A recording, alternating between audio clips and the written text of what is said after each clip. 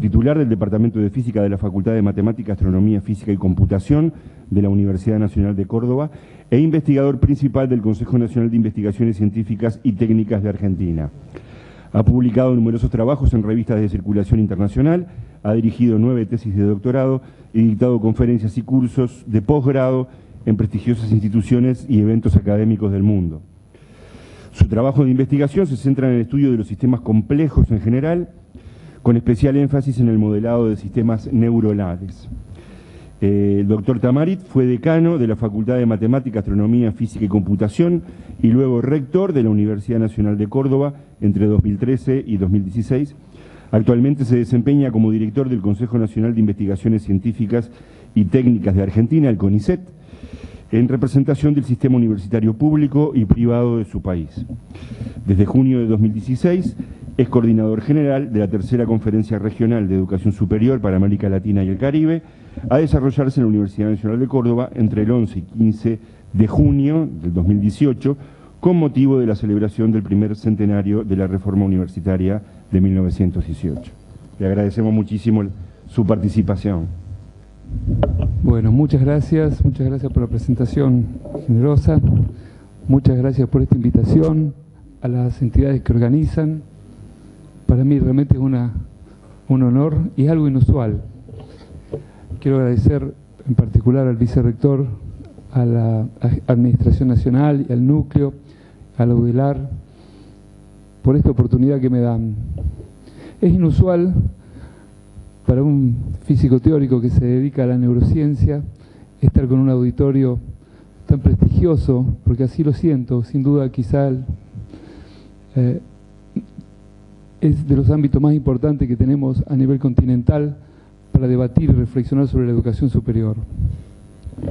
Y la verdad que es difícil, frente a personas tan calificadas, venir a dar una conferencia inaugural, pero no me es extraño que esto tiene que ver nada más y nada menos con el desafío que significa la organización de la tercera Conferencia Regional de Educación Superior, y es por eso que quiero agradecerles muy especialmente, en mi nombre, pero también en nombre de todo el comité ejecutivo que le está organizando.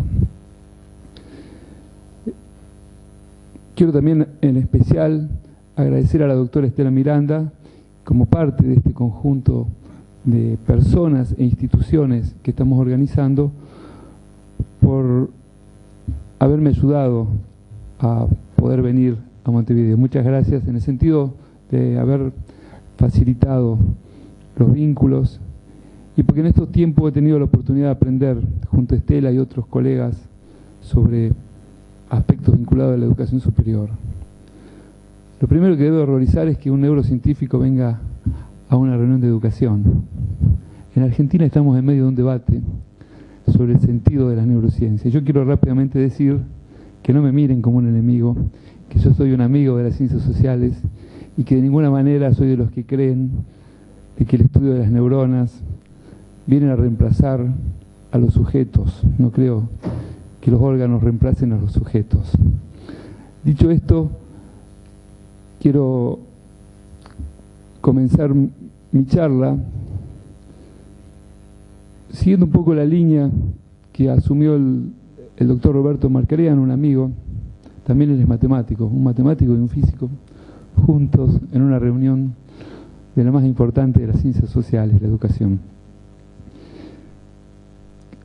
Contarles un poquito cuál es el origen de estas conferencias. Estas conferencias que se hacen supuestamente cada 10 años, con cierta irregularidad, pero que tuvieron su inicio en la década del 90. Seguramente todos ustedes, muchos de ustedes deben haber estado en la reunión que se hizo en La Habana en el 96 y en el 98 en París, la primera Conferencia Mundial de Educación Superior, y después en el 2008 en Cartagena de Indias y en el 2009 en París. Y a pesar de que se llaman Conferencia Regional de Educación Superior, tienen poco de lo que nosotros entendemos en nuestro lenguaje usual de una conferencia como puede ser esta, a donde cotejamos ideas, disputamos sentidos, presentamos nuevos conocimientos. Esta es una conferencia que tiene claramente una dimensión diplomática y política muy fuerte y que es siempre preparatoria de una conferencia mundial que se hace siempre en la sede de la UNESCO en París. Como le gusta, escuché alguna vez decir al doctor Markarian, seguramente apoyado por prestigiosos educadores uruguayos, la educación superior, ustedes saben, hasta la década del 80 era una cuestión doméstica de los estados. Nadie se metía mucho con la educación superior del vecino. Un poco lo que pasa con la educación superior, con la educación básica quizá. Había una cierta tolerancia y un cierto respeto a diferentes modelos de educación superior, de los cuales no voy a hablar ante ustedes porque ustedes saben mucho más que yo, pero el modelo anglosajón, el modelo napoleónico, el modelo alemán. Y a lo largo de los siglos, América Latina, cada una de sus naciones, con diferentes tradiciones, había ido adoptando diferentes modelos de educación superior. Y esta cuestión doméstica, que se respetaba, había llevado incluso en el año 74 a que América Latina fuese el primer continente que se propusiera tener un sistema de reconocimiento de títulos institucional. Algunos lo sabrán, algunos se deben acordar, que firmamos junto con algunas otras naciones del mundo la primera carta de intención en el sentido de apostar a un reconocimiento de títulos. Aquello quedó en una intención, todavía hasta hoy América Latina no tiene ningún acuerdo de educación superior,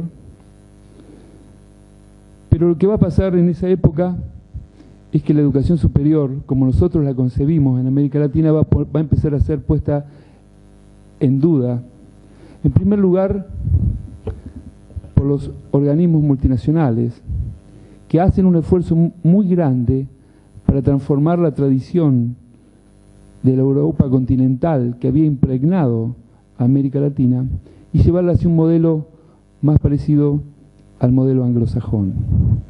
Y a los países nuestros que venían de una crisis profunda, una crisis de déficit muy grande, ustedes lo recuerdan mejor que yo, les era tentador desprenderse de la responsabilidad de tener que financiar la educación superior. Si uno entendía que la educación superior dejaba de ser un derecho que tenía que ser financiado por los estados y pasaba a ser el primer paso de la vida laboral de los individuos, de los ciudadanos. Fue así que en la década del 80 hubo una presión enorme sobre nuestros países y los países asiáticos, los países africanos, para que no solo se privatizara, se cambiara la concepción profunda que nosotros teníamos. La idea de que la educación es nada más que un servicio, la educación superior es un servicio, como tantos otros servicios, como puede ser un seguro, y que, por lo tanto, nuestras naciones debían dejar de brindarse a sí mismas esto que parecía un lujo, para una actitud de responsabilidad fiscal, delegar en los ciudadanos el financiamiento de la educación superior. Y las presiones fueron muchas, lo que tenemos más años, nos acordamos, una crisis de la deuda, una crisis fiscal muy profunda, pero en general la región resistió bastante bien aquellos embates. Algunos países africanos acabaron aceptando, y el fin de la historia para quienes aceptaron fue, ustedes lo saben también, extremadamente difícil. Y es en este contexto que la UNESCO, quizá un poco motivado por un gran brasileño, por Marco Antônio Rodríguez Díaz, decide, quien era director de Educación Superior en ese momento de la UNESCO, resuelve hacer la primera conferencia mundial en el año 98 y le encarga a cada continente que haga una reunión preparatoria, que en principio la de La Habana no fue una reunión, no fue una CRES en el sentido que es ahora, pero nosotros ahora la imaginamos como la primera instancia de la secuencia de conferencias que se inició en el 96.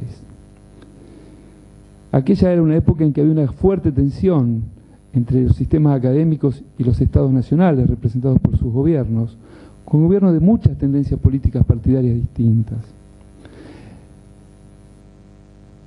el inicio de siglo encuentra a la región en condiciones bastante diferentes, en un ciclo de expansión económica que va a llegar casi hasta el año 2009, con quizá unos países centrales que focalizan su atención y su mirada muy poco en América Latina y la dislocan hacia el Oriente Medio. Por algún tiempo el mundo nos deja un poquito de lado y en ese momento América Latina tiene un gran impulso en el ejercicio o en la implementación de políticas públicas activas en la educación superior. Y es en este contexto que se reúnen en Cartagena de Indias en el año 2008 3.500 personas, un número grande, muchos de ellos rectores y rectoras, directores y directoras, muchos académicos, había estudiantes, y hacen un documento base que es la posición que América Latina y el Caribe va a llevar en el año 2009 a París. En ese documento tiene un valor institucional muy importante, tiene un sentido político muy singular y tuvo una repercusión mundial destacada. Porque mientras América Latina se reunía en Cartagena de India y alcanzaba importantes consensos sobre el rumbo que tenía que seguir la educación superior, en París, de una forma un tanto oculta, se estaba preparando una declaración que ponía a la educación superior en el plano de las mercancías. Y esto que les cuento no es una fábula, no es una exageración, es a donde nos querían llevar, sin ningún debate previo, aquellos que en algún sentido piensan que tienen un papel de gendarmes del planeta y que por lo tanto tienen derecho a imponernos cuál es la forma en que nosotros debemos abordar diferentes aspectos de nuestra política y de nuestra institucionalidad. Y fue ese documento de América Latina, junto a una acción coordinada de todos los gobiernos, porque esto se daba en el contexto de una asamblea con representación nacional de cada uno de nuestros países, que América Latina, con un poco, diríamos, de energía, con un poco, en Argentina diríamos casi con un piquete, con un sentido de protesta, se impuso y evitó que sin debate previo se consiguiera quitar a la educación superior de la órbita de los derechos. La Conferencia Regional de 2008 comenzaba su declaración diciendo: la educación superior es un derecho humano y universal, es un bien social y es una responsabilidad de los Estados. Y en París querían hacernos firmar a los representantes nacionales de nuestros países que la educación superior salía de la esfera de las garantías que los Estados debían ofrecer a sus ciudadanos, salía de esta dimensión social que nosotros le asignamos para pasar a ser apenas una mercancía más. Y esto no es casual, esto no es gratuito. En los países de la OCDE, por cada dólar que se invierte en la industria de los vehículos, los autos, los camiones, los vehículos terrestres,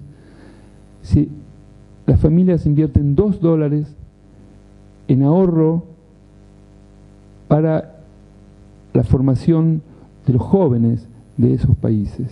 Ahí donde nosotros vemos una garantía y un derecho, otros, legítimamente, porque es parte de su historia cultural, ellos ven la posibilidad de un ahorro importante, y esto muchas veces termina siendo tentador para quienes administran los estados, en situaciones de crisis presupuestarias, de grandes déficits, de grandes deudas. La posibilidad de desprenderse de la obligación de financiar la educación superior pasa a ser a veces una gran tentación. Pero además, y esto es lo que más preocupa muchas veces, creo que hoy se dejó transparentar en los presentadores, nuestras sociedades que usufructan del sentido de derecho y de bien social de la educación, empiezan a cuestionar cuál es la importancia y el sentido de que una sociedad financie la formación de jóvenes que en última instancia no van a tener otro comportamiento sino el de una élite que va a empezar a gestionar sus propios designios. En ese sentido, esta concepción que primero venía por los organismos multilaterales de crédito, llega hoy incluso a cuestionar cuál es el sentido de la educación superior en los sectores que más se podrían beneficiar teniendo un sistema de educación superior de calidad. En los años, actualmente, pasada este furor de los organismos multilaterales de crédito, ustedes saben que comenzó un nuevo proceso de mercantilización. Ustedes saben que la Organización Mundial de Comercio, en muchas de sus instancias, insiste en que la educación superior sea considerada un bien transable.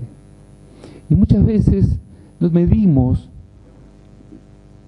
la importancia o las consecuencias que eso puede traer para nuestras sociedades.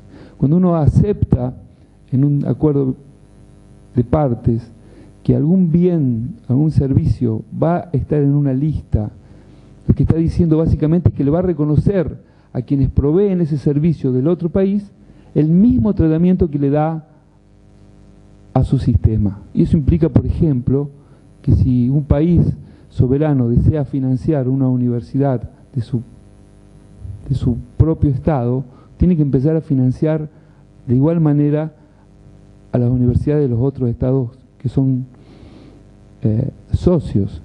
Y eso que parece tan loco está pasando ya. Hace no mucho tiempo, Perú es el primer país que acepta firmar un acuerdo de comercio donde incluye la educación superior. Y no es casual que Perú tiene algunos chisporroteos, en particular con Argentina, por el tema de reconocimiento, porque ese convenio hace que Perú tenga exclusividad de reconocimientos con los socios con los cuales firma un acuerdo meramente comercial.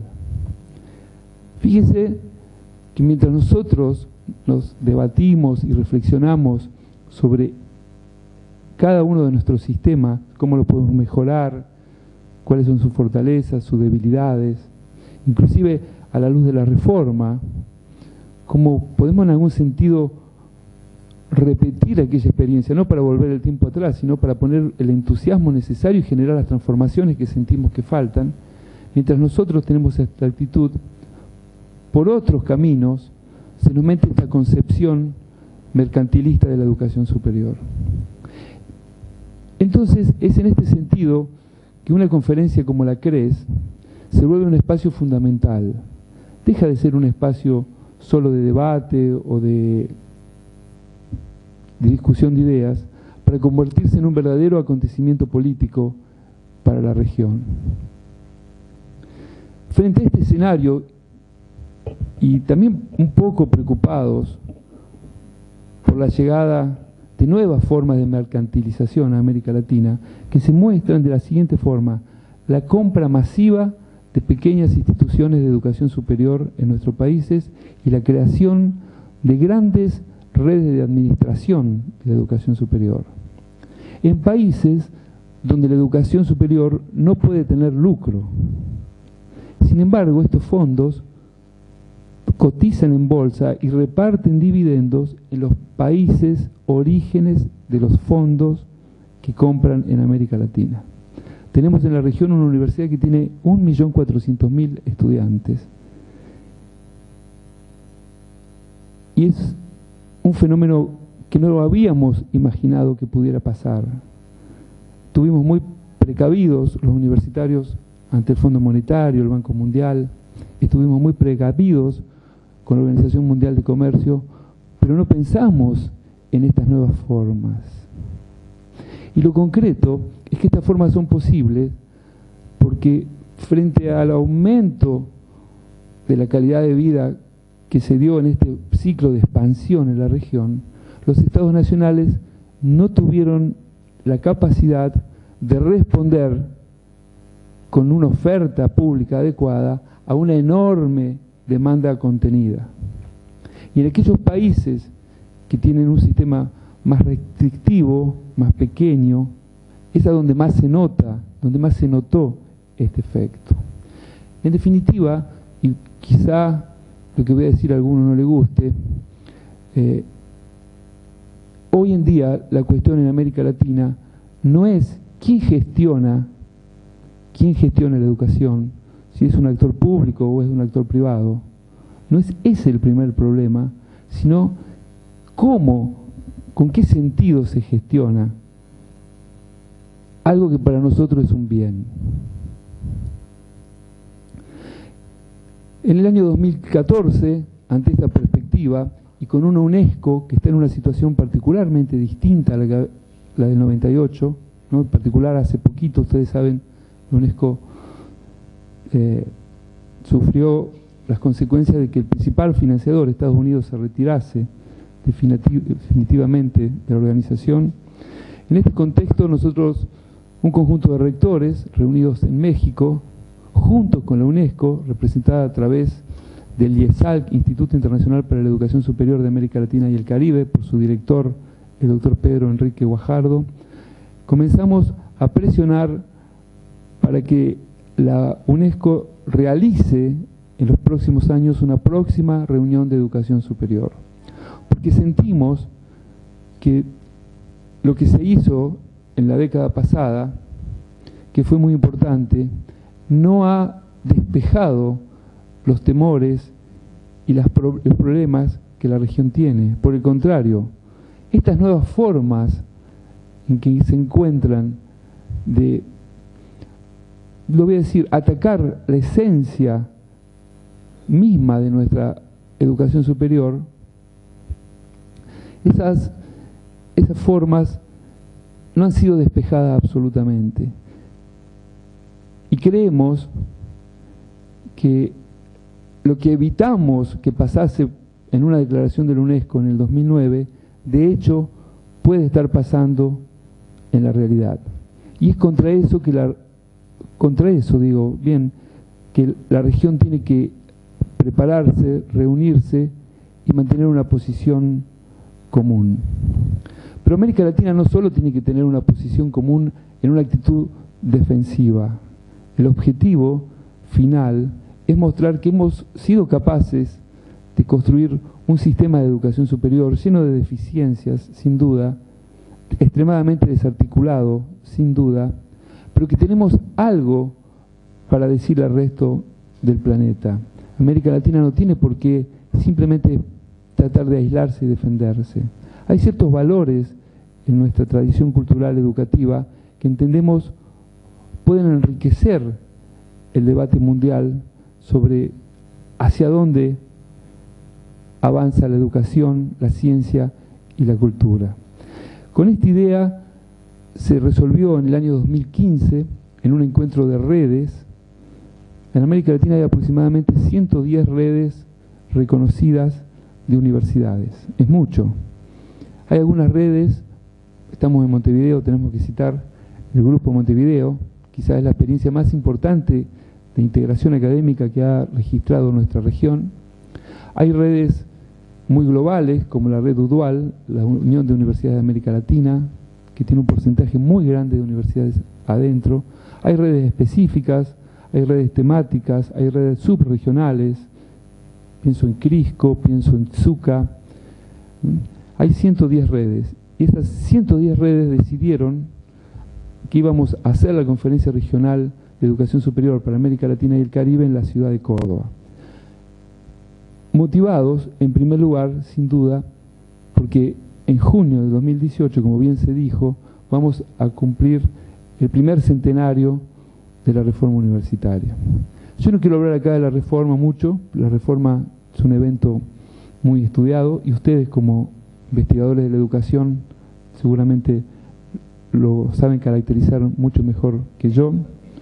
Pero lo que es ineludible y llamativo es que la reforma es un evento reconocido por la academia, por el mundo de la educación superior, desde México hasta el sur de Chile y Argentina. Y también es indiscutible que moldea muchos de los aspectos que caracterizan a la educación superior de la región. Surgió en Córdoba, aunque había muchos antecedentes previos. Uruguay tiene un antecedente previo, La Plata en Argentina, la Universidad de Buenos Aires en el año 1906, resuelven los conflictos de una forma distinta a la que se resuelve en Córdoba, pero lo concreto es que en la historiografía, ese hito de 1918, aunque va a ser un suceso con un éxito parcial muy breve, de alguna forma va a comenzar a expandirse por toda la región. Y sin duda que muchos de los aspectos que nos caracterizan, en particular a argentinos y a uruguayos, pero también en otros países del mundo, surgen de las discusiones que comenzaron a darse en esta etapa de reforma que, como les digo, quizá la pudiéramos situar sin duda mucho antes de 1918. Cuando pensamos la Conferencia Regional de Educación Superior, y eso es un poco lo que yo les quiero contar, donde me parece que es lo más importante que tengo para contarles,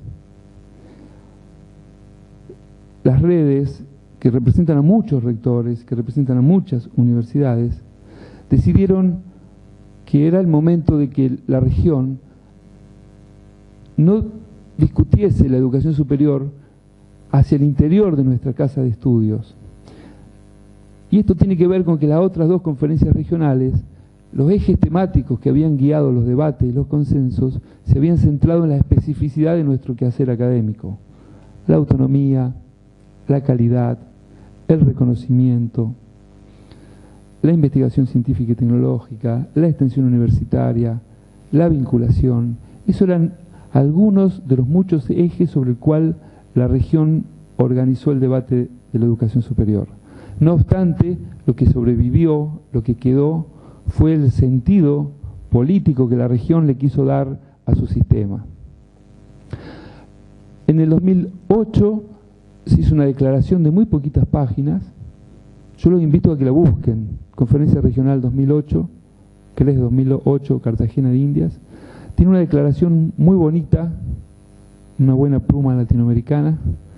Tiene muchas recomendaciones con un impacto lingüístico muy alto, son frases contundentes, más de 100 recomendaciones dirigidas a los estados, a las instituciones de educación superior y a las sociedades. Y finalmente un plan de acción muy ambicioso y muy importante. Pero si vemos lo que hicimos en estos 10 años, además de haber en algún sentido defendido el sentido que nosotros le damos a la educación superior en París en 2009, es poco lo que hemos cumplido de esas metas. La región sigue en deuda desde la educación superior con nuestras sociedades. Y por eso, cuando planteamos que queríamos que entre el 11 y el 15 de junio se hiciera en Córdoba la tercera conferencia regional, nosotros decidimos plantearla en clave de diálogo entre las universidades y la sociedad. Y eso fue otro elemento interesante que hizo que la propuesta de Córdoba fuese aceptada y considerada con mayor interés. ¿Qué me refiero con esto? Entendimos en esa reunión que se hizo en México, en San Miguel de Allende, que había llegado la hora de que como universitarios, todos, ustedes que estudian el sistema de educación superior, pero también quienes son actores del sistema porque trabajan en la educación, en la investigación, o porque son estudiantes, o porque son egresados, todos nos reuniésemos para discutir sobre las deudas o sobre los déficits que como sistema tenemos de cara a las necesidades que tiene nuestra región. Y esto nos posiciona de una forma distinta a lo que hicimos en el año 2008. No porque no vayamos a defender la educación superior como un derecho, un bien y una responsabilidad de los estados, porque eso, estoy convencido, eso se va a reafirmar. Vengo recorriendo cada uno de los países de la región y no encuentro nadie que no esté preocupado por lo que pasa en la región y nadie que quiera quitar de la esfera de las garantías a la educación superior y pasarla a la esfera de las mercancías. Eso no lo vemos. Pero aunque no lo veamos y aunque estemos todos convencidos, sabemos que ese peligro está.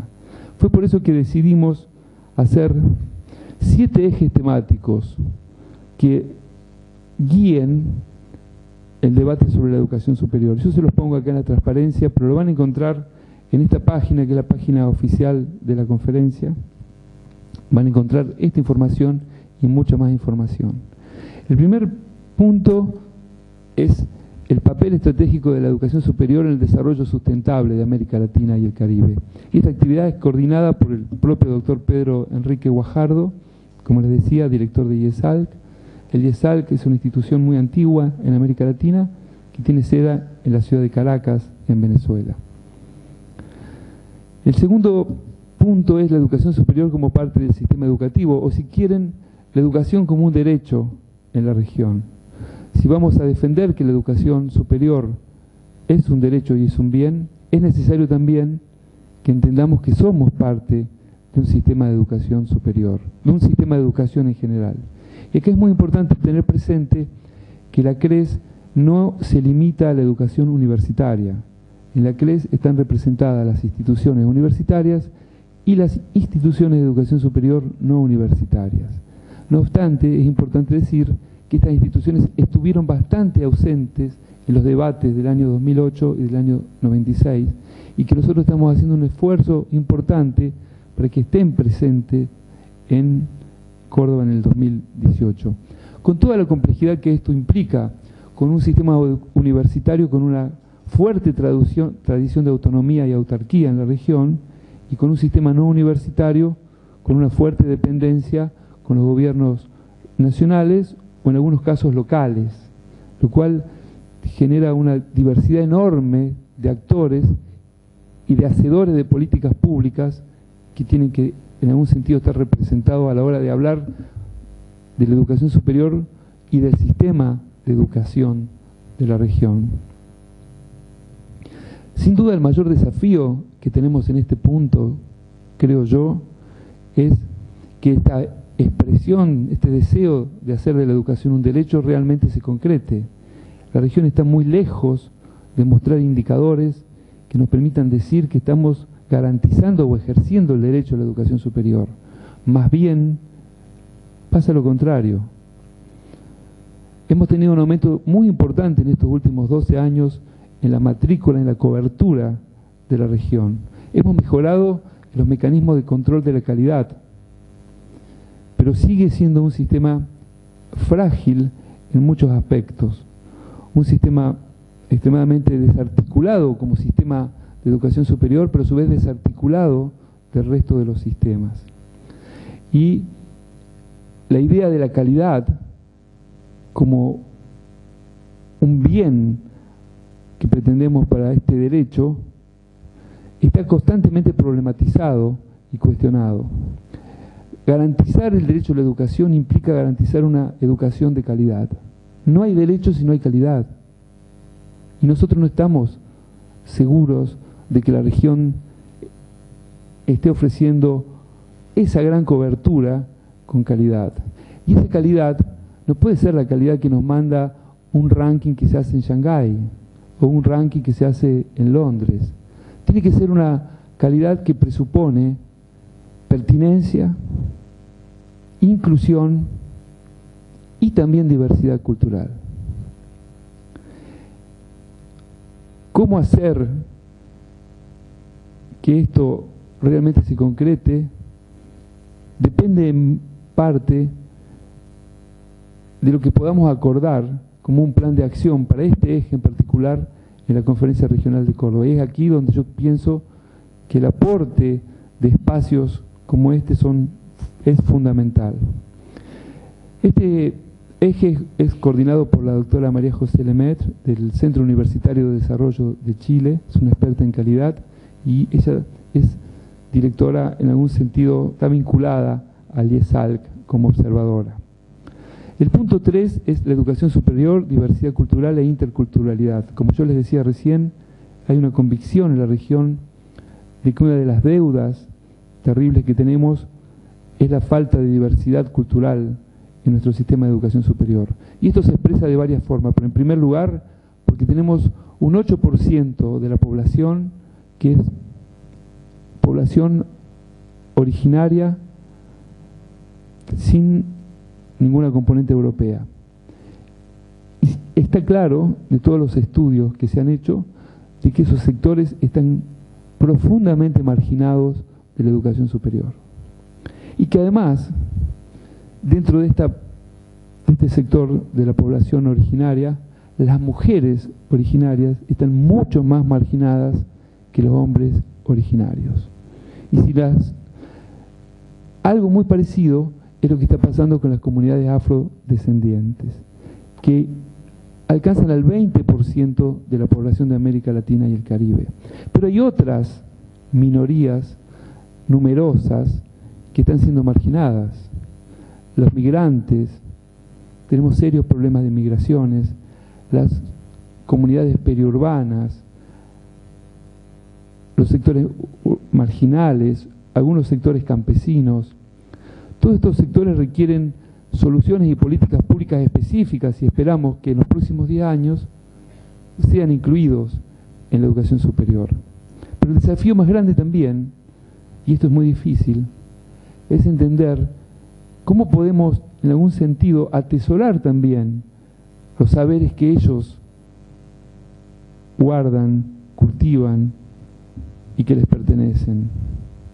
Yo sé que esto es problemático, es difícil de imaginar, pero América Latina tiene un montón de buenas experiencias de universidades que han apostado a la diversidad cultural, y desde esta experiencia de diversidad cultural no solo han permitido que sectores históricamente postergados ingresen a la universidad, sino que han ayudado a que esas sociedades convivan en situaciones muchísimo más armónicas.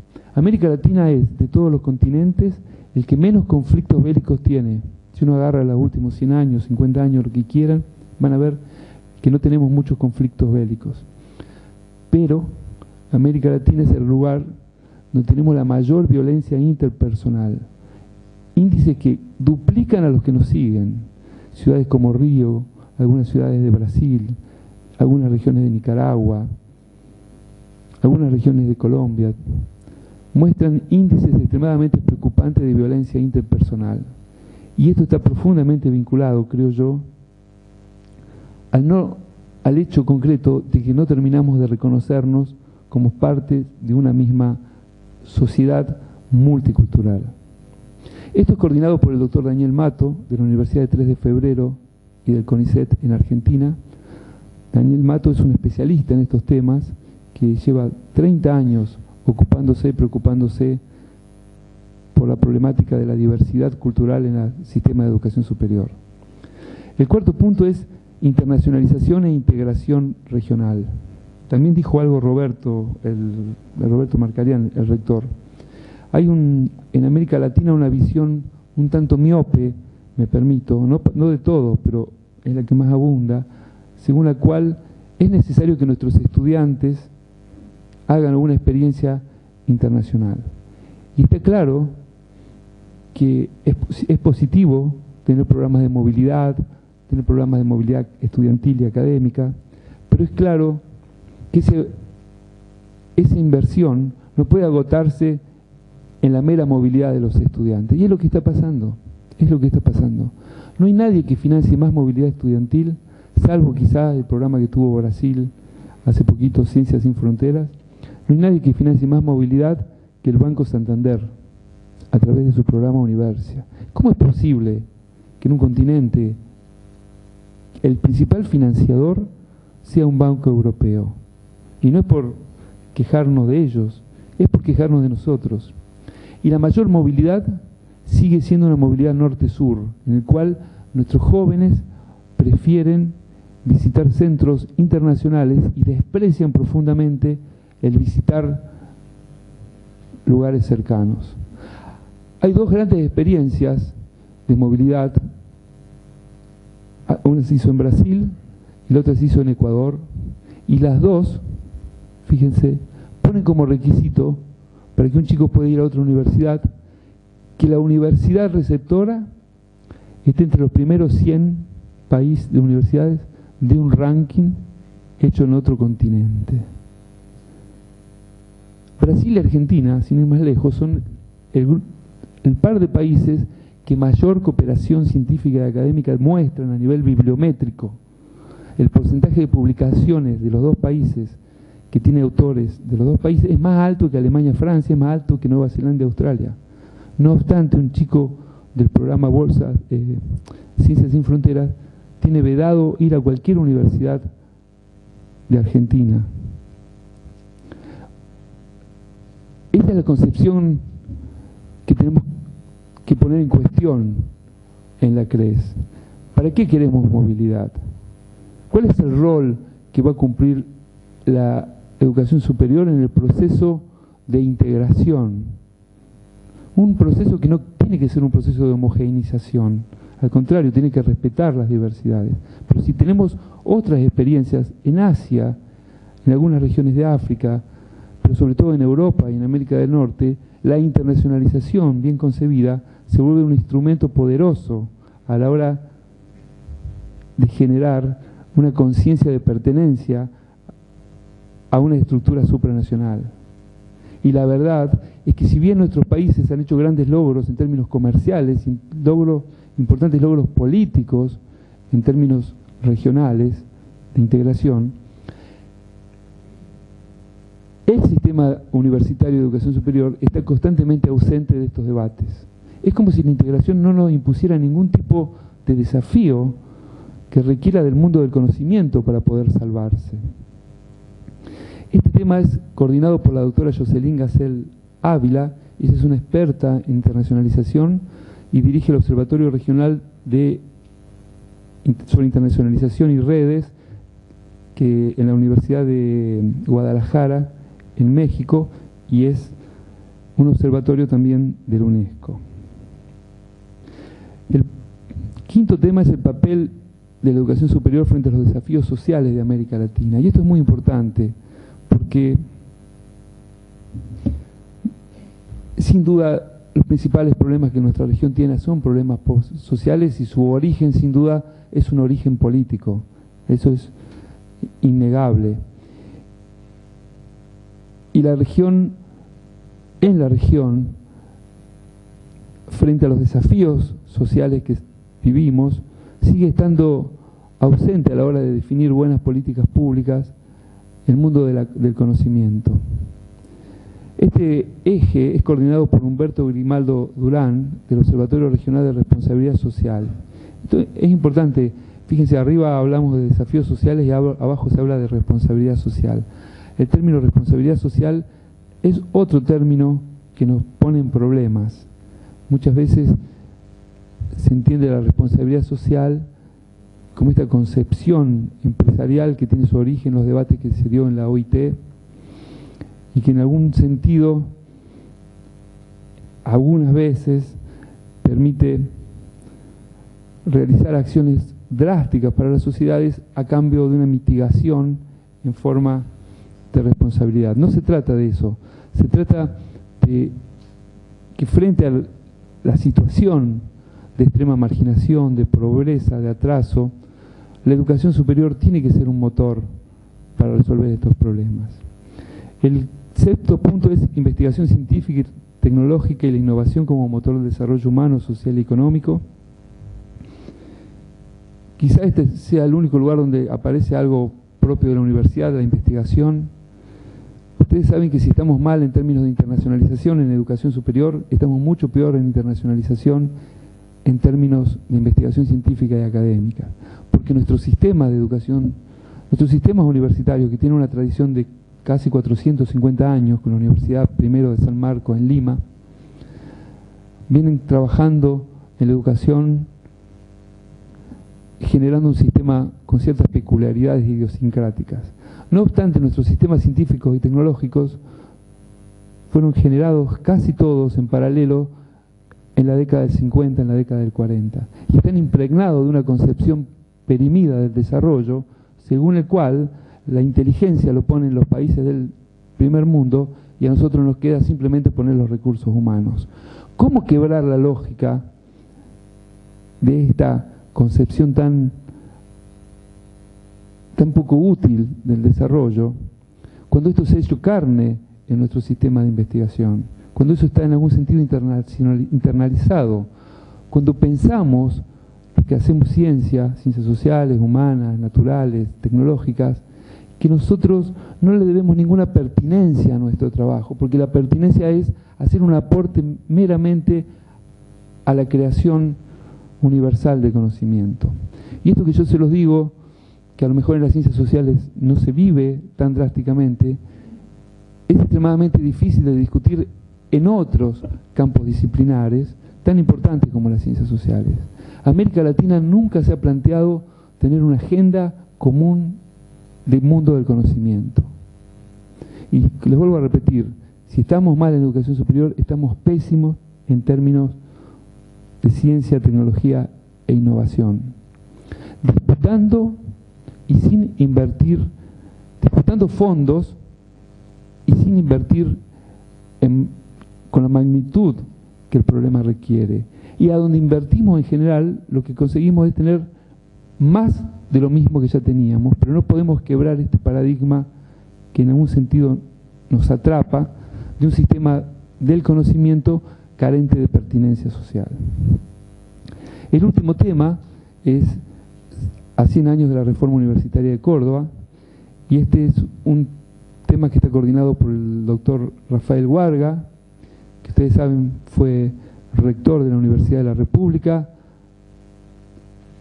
es uno de los creadores y emblemáticos del AUGM, el Grupo Montevideo, y que tuvo un papel muy relevante también en la Conferencia Regional de Educación Superior de 2008 en Cartagena y de 2009 en París.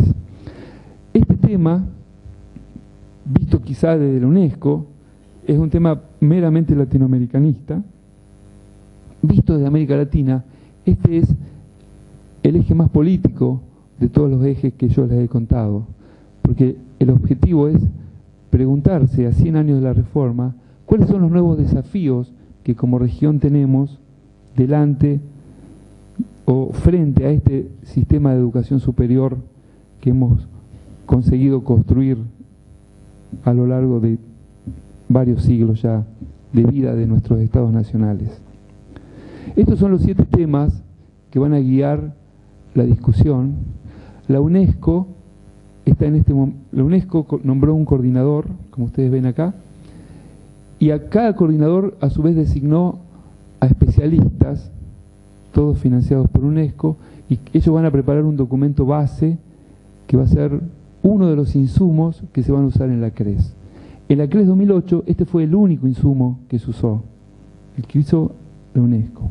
Este año va a ser distinto, hay muchos actores que están produciendo insumos sobre estos ejes para la próxima conferencia. El Grupo Montevideo, UDUAL, la red CRISCO, la red SUCA. En Argentina, el Consejo de los Rectores, que forman los rectores del sistema público llamado CIN, Consejo Interuniversitario Nacional, invitó al Consejo de Rectores de Universidades Privadas, que se llama CRUP, y están discutiendo justo en estos días, por cada una de las 7 regiones en que se divide Argentina, están discutiendo cada uno de estos 7 puntos. O sea, sumado a la contribución al documento base de la UNESCO, va a haber un conjunto de documentos. En diciembre va a haber un encuentro por primera vez de consejos de rectores de universidades públicas que se va a hacer en Bariloche, a donde los rectores del CIN le van a proponer a los rectores de Brasil, Chile, Uruguay. En el caso de Uruguay es más fácil porque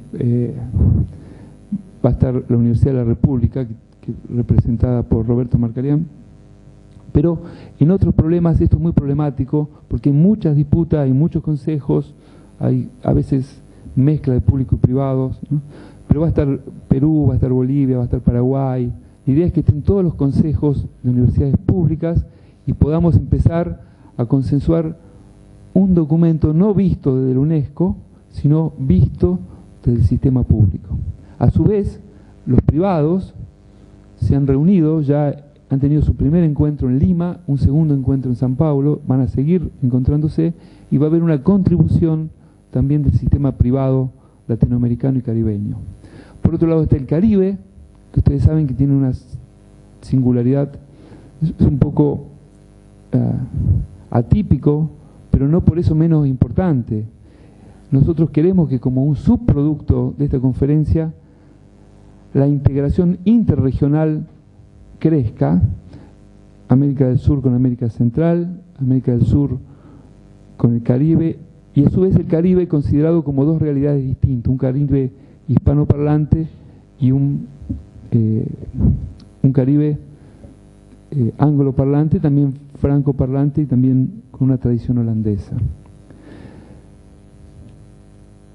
Yo tengo hasta, ya estoy pasado, ¿no es cierto? Estamos atrasados. No, pues yo no porque me atrasé yo, sino porque empezamos tarde, claro.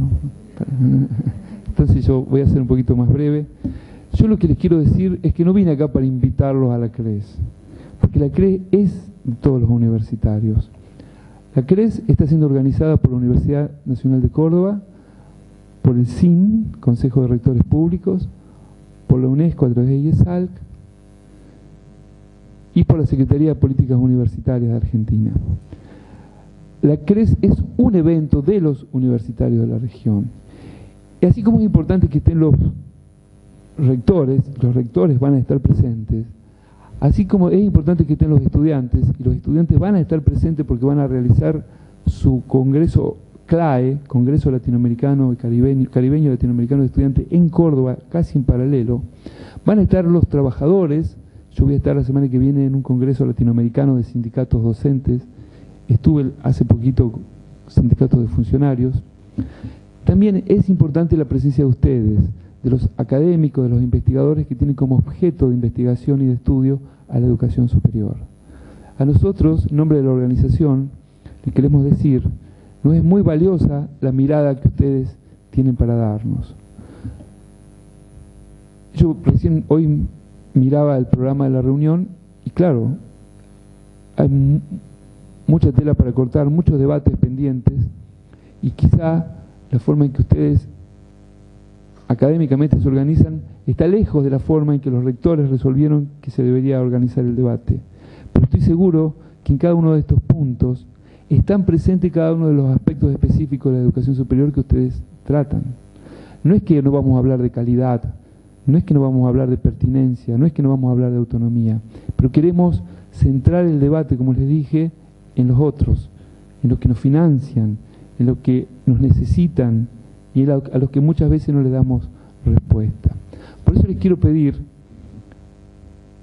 en estas tres famosas y prestigiosas instituciones que organizan esta jornada, que nos acompañen, que estén presentes en Córdoba, que lleven sus propias discusiones, que lleven sus propias posiciones, que escriban recomendaciones, que nos sugieran cuáles son las mesas que hay que constituir en Córdoba para generar los debates que la región necesita. La CRES no va a ser un éxito porque junte mucha gente, ni porque lleguemos a un consenso importante.